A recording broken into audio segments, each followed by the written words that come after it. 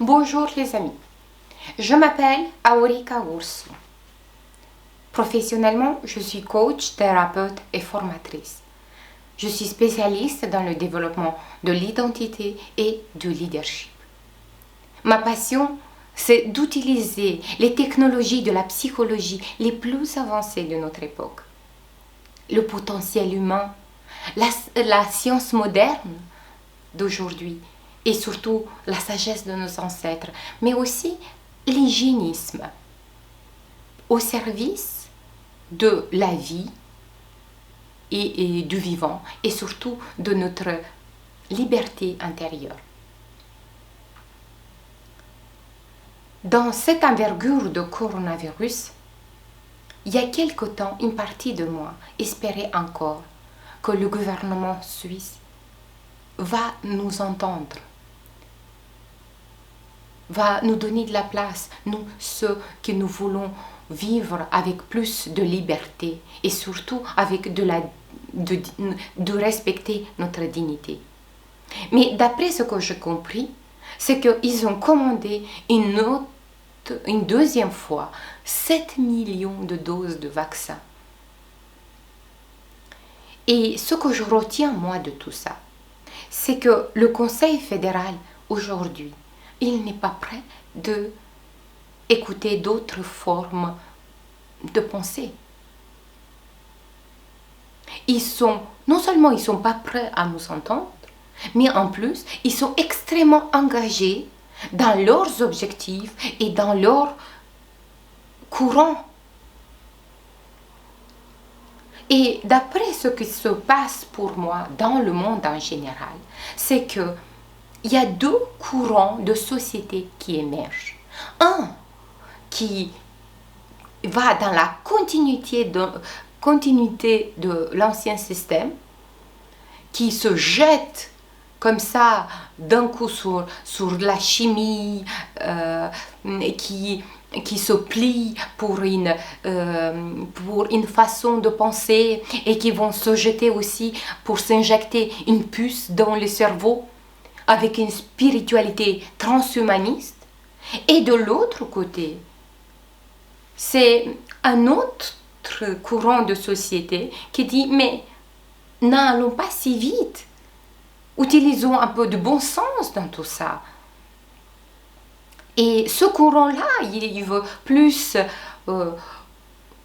comprendre en considération la santé d'un point de vue holistique, avec plus la médecine naturelle, qu'on respecte surtout notre permaculture intérieure et une spiritualité beaucoup plus authentique et vivante. Et ces deux courants sont complètement à l'opposé un de l'autre. Et c'est pour ça que la communication ne passe pas aujourd'hui. Un qui se base sur la déconnexion, le contrôle de la déconnexion, avec la mondialisation, et l'autre, c'est complètement à l'opposé. Allons-y à la source, enracinons-nous avec notre terre-mère, comme on dit parfois, et qu'on veut développer plus la culture locale, manger les choses du jardin, développer la permaculture, développer un réseau beaucoup plus local, avec tout ce qui est plus développer la solidarité régionale. Et les choix que nous faisons aujourd'hui sont extrêmement importants parce que ça va déterminer notre cercle amical du futur, ça va déterminer comment on va être soigné, ça va déterminer notre profession aussi. Et non seulement les choix sont importants, mais l'engagement aussi. Parce que si nous nous engageons, si nous changeons même notre écosystème de la maison, on ne résistera pas. Et nous allons observer ces deux courants se développer.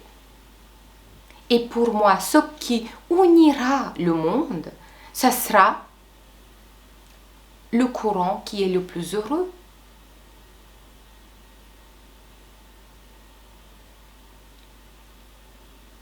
C'est ça qui va faire le switch pour nous réunir à nouveau. Mais la difficulté, elle est encore plus importante parce que à la fois, nous devons nous engager dans notre courant qui respecte nos valeurs, mais à la fois, nous ne devons pas créer la division entre nous. Et la solution pour ça, c'est d'utiliser la technologie douce. C'est un terme qui vient de la science moderne d'aujourd'hui. Et que les recherches ont rendu visible aujourd'hui que ce qui conduit la plupart de nos décisions, ce n'est pas le cerveau cérébral, mais c'est un autre cerveau, celui du cœur, qui est un vrai cerveau avec des neurones extrêmement importantes. Parce que toutes les décisions les plus importantes que nous prenons, ce n'est pas le cerveau cérébral qui le fait, c'est le cerveau du cœur. Et contrairement au cerveau cérébral, le cerveau du cœur, il est un seul organe. Il n'est pas divisé comme l'autre. Donc, tout ce que si nous utilisons ce cerveau-là, la division est impossible.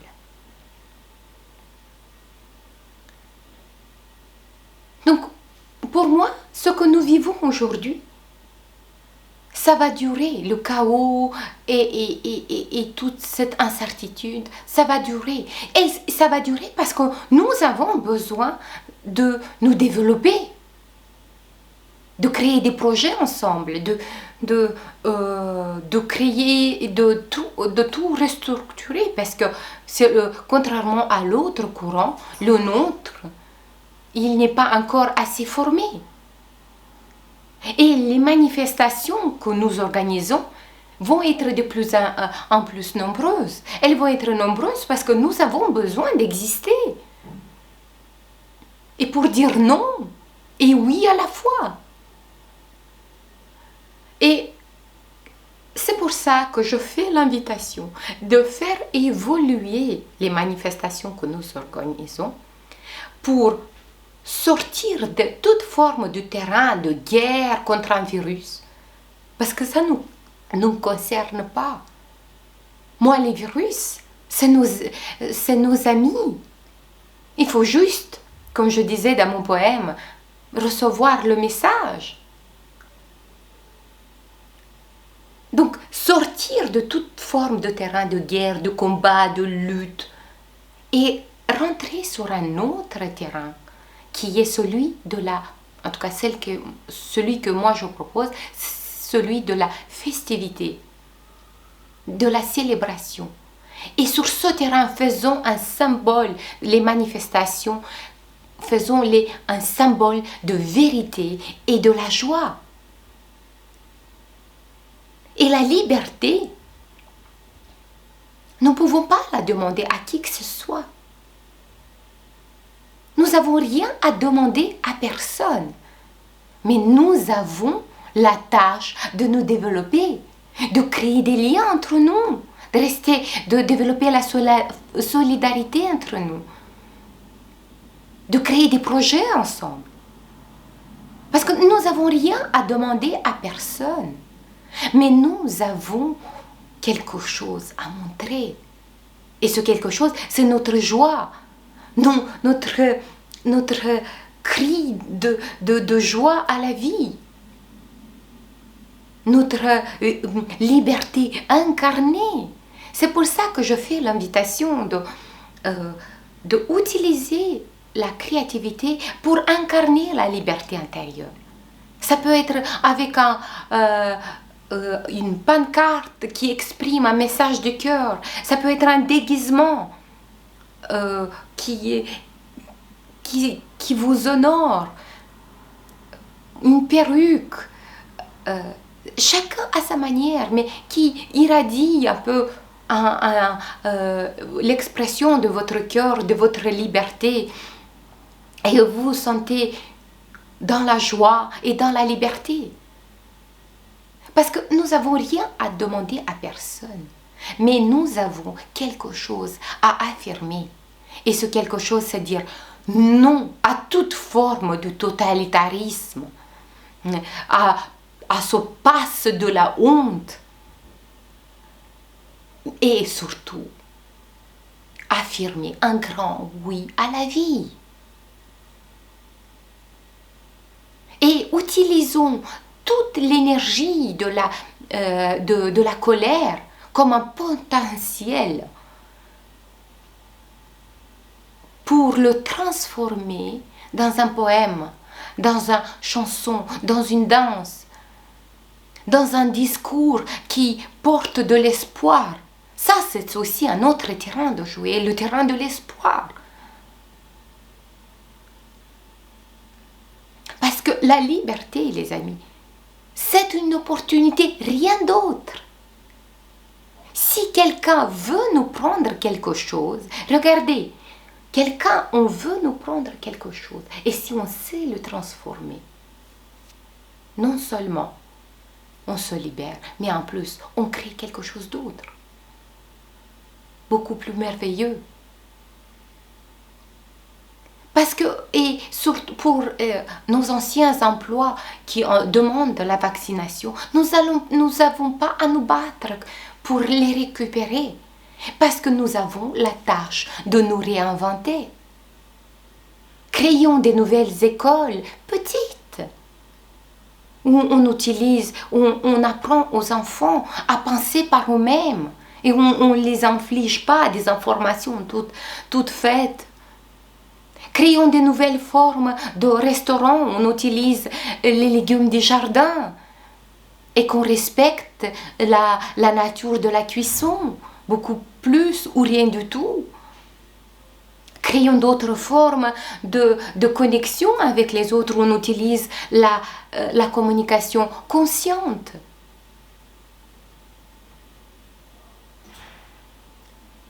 Et être passionné dans son travail, c'est important. Mais le plus important, les amis, c'est faire un travail où il y a du sens pour sa vie, où on utilise la plupart de nos talents, pas que un seul, mais parce que nous avons plusieurs talents, et on utilise l'ensemble de ces talents. Et faire un travail où on respecte ses valeurs, ça c'est extrêmement important pour notre accomplissement et notre permaculture intérieure.